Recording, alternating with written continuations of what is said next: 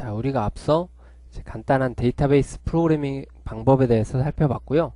자, 이번에는 각각에 대해 보다 자세히 한번 알아보도록 하겠습니다. 우리가 지금까지 사용한 데이터베이스 프로그래밍을 위한 각각의 클래스들 그리고 객체들에 대해서 조금 더 자세히 살펴보도록 할게요. 자, 우선 우리가 데이터베이스 프로그래밍을 하기 위해 가장 처음에 했던 일이 뭐냐면 MySQL 드라이버 로딩하고 거기로부터 데이터베이스 연결을 위한 커넥션 객체를 만들었죠.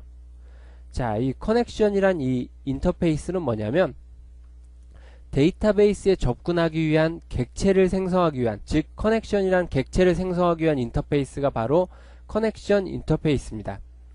그래서 커넥션 이 객체의 생성 방법은 우선 JDBC 드라이버를 로딩을 하게 됩니다.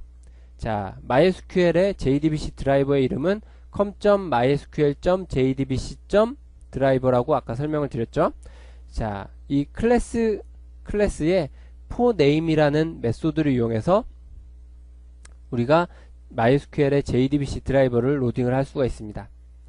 자, 그 다음에 이제 드라이버를 로딩을 했으니까 데이터베이스에 연결하기 위한 이제 커넥션 객체를 만들면 되는데요. 커넥션 객체를 만들기 위한 두 가지 방법이 있습니다. 첫 번째 방법은 우리가 앞서 살펴봤듯이 이렇게 세 개의 매개 변수를 가지고, 첫 번째 매개 변수는 데이터베이스에 접속하기 위한 URL, 두 번째 매개 변수는 사용자, 세 번째 매개 변수는 사용자에 딸린 패스워드, 이와 같이 세 개의 매개 변수를 이용하는 getConnection 메소드, 그 다음에 한 개의 매개 변수를 받는 getConnection 메소드, 이렇게 두 가지 방법이 있는데요. 두 가지 getConnection 메소드를 이용해서 이제 커넥션 객체를 생성할 수가 있는데, 사실 이 두 가지 방법은 동일합니다. 왜냐하면 제가 예제를 보면서 설명드리도록 할게요. 자, 이렇게 해서 이제 커넥션 객체를 얻었으면 커넥션 객체를 사용한 후에 마지막에는 반드시 커넥션 객체를 종료시켜 주셔야 합니다. 자, 예제 코드를 한번 살펴보도록 하죠. 자, 우선 10번째 라인을 보니까 MySQL JDBC 드라이버를 로딩을 하고 있죠. 자, 그 다음에 커넥션 객체를 생성한 두 가지 방법이 있다 그랬어요. 자, 이렇게 URL, 유저, 패스워드 세 개의 매개 변수를 가지고 있는 getConnection 메소드, 그 다음에 URL 하나만 매개 변수로 가지고 있는 getConnection이라는 메소드가 있는데, URL 매개 변수 하나만 가지고 있는 getConnection 메소드는 URL을 작성을 할 때 이렇게 get 방식으로 유저는 루트고 패스워드는 1, 2, 3, 4, 5, 6, 7, 8이다. 이와 같이 URL에 사용자 접속하려는 계정과 패스워드에 대한 정보를 get 방식으로 추가시켜 주셔야 합니다. 뭐 어떤 걸 이용하든 그 결과는 동일하고 뭐 여러분들이 편하신 방법을 이용하시면 돼요. 자, 이렇게 해서 이제 커넥션 객체를 생성했습니다. 자, 커넥션 객체의 get metadata라는 메소드가 있는데요. 이 데이터베이스 연결에 대한 어떤 부가적인 정보를 담고 있는 객체가 바로 데이터베이스 메타데이터라는 객체입니다. 자, 그래서 각각의 뭐 get driver name, get driver version, get URL, get user name 뭐 이와 같은 메소드를 이용해서 우리가 얻은 데이터베이스 연결의 정보들을 한번 출력을 해볼 수가 있어요. 자, 이와 같은 예제를 한번 실행을 해보면, 자, 결과는 이와 같습니다. 우리가 데이터베이스에 연결했고요. JDBC의 이름은 MySQL AB JDBC 드라이버다. 뭐 버전은 5.1.6 버전이다. 그 다음에 데이터베이스에 접근한 URL은 로컬호스트 3306 포트의 노블이란 데이터베이스고, 사용자 이름은 루트, 패스워드는 1, 2, 3, 4, 5, 6, 7, 8로 접속했다. 그리고 우리가 접속한 사용자 이름은 로컬호스트 계정의 루트라는 계정이다. 로컬호스트의 루트라는 계정이다. 라는 정보를 출력해 볼 수가 있습니다. 자, 이와 같이 이 커넥션이란 객체를 얻어서 여러분들이 기본적으로 이제 데이터베이스 프로그래밍을 할 수 있는 데이터베이스 연결을 작성을 한 겁니다.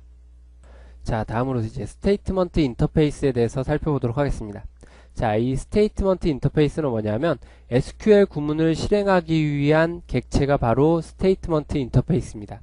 그래서 우리가 SQL 구문을 실행하기 위해서는 커넥션 객체로부터 스테이트먼트 객체를 얻어서 스테이트먼트 객체의 execute update 혹은 execute query 메소드를 이용해서 이제 SQL 구문을 실행할 수가 있습니다. 자, 스테이트먼트 객체는 어떻게 얻냐? 자, 커넥션 객체의 create statement라는 메소드를 이용해서 스테이트먼트 객체를 얻을 수가 있습니다. 자, 그 다음에 스테이트먼트 객체는 SQL 구문을 실행하기 위해 두 개의 메소드를 제공을 하고 있습니다. 첫 번째로 execute update 메소드, 두 번째로 execute query 메소드.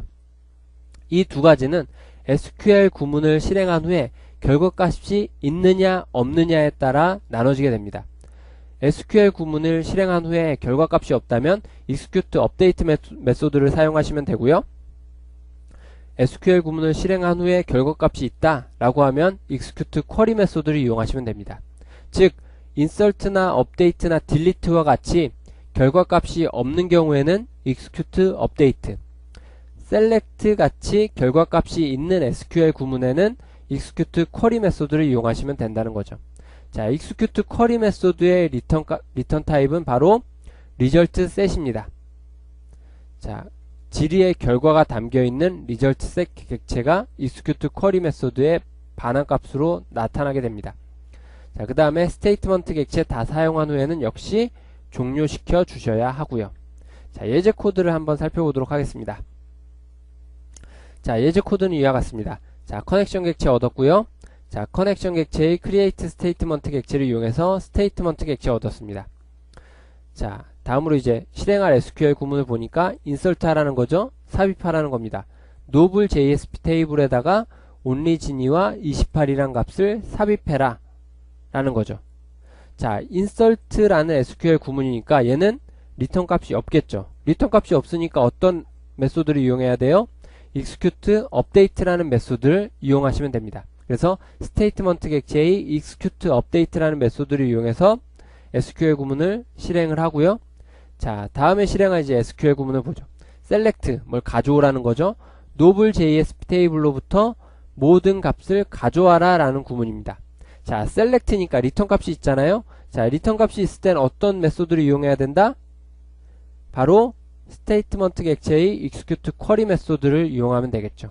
그리고 execute query 메소드의 리턴 타입은 result set이라는 거죠. 자, 지금은 result set 가지고 아무런 작업도 하지 않았습니다. 다 단지 select 구문을 실행하는 메소드만 사용했습니다. 자, 스테이트먼트 객체 다 사용한 후에는 역시 종료시켜 주셔야 되고요. 자, 이와 같은 예제를 실행하면 이와 같은 결과를 얻을 수가 있습니다. 자, 뭐 아무런 메시지도 출력이 되지 않았고요. 뭐 단지 execute update 메소드 실행했다, execute query 메소드 실행했다 라고 출력 구문만 작성을 했고요. 자, 데이터베이스를 통해서 우리가 직접 데이터가 잘 들어갔는지, 인설트가 잘 됐는지 확인을 해보도록 하겠습니다. 자, 제가 미리 노블 데이터베이스에 접속을 해놨고요. 자, select 모든 것들을 from 노블 JSP 테이블로부터 가져와라. 자, 결과를 확인해 보니까 우리가 앞서 삽입한 자북이라는 행, 그리고 우리가 지금 예제를 통해서 삽입한 only진이라는 행이 삽입된 것을 확인할 수가 있습니다. 자, 이와 같이 스테이트먼트 객체는 SQL 구문을 실행하기 위해 필요한 객체가 바로 스테이트먼트 객체입니다.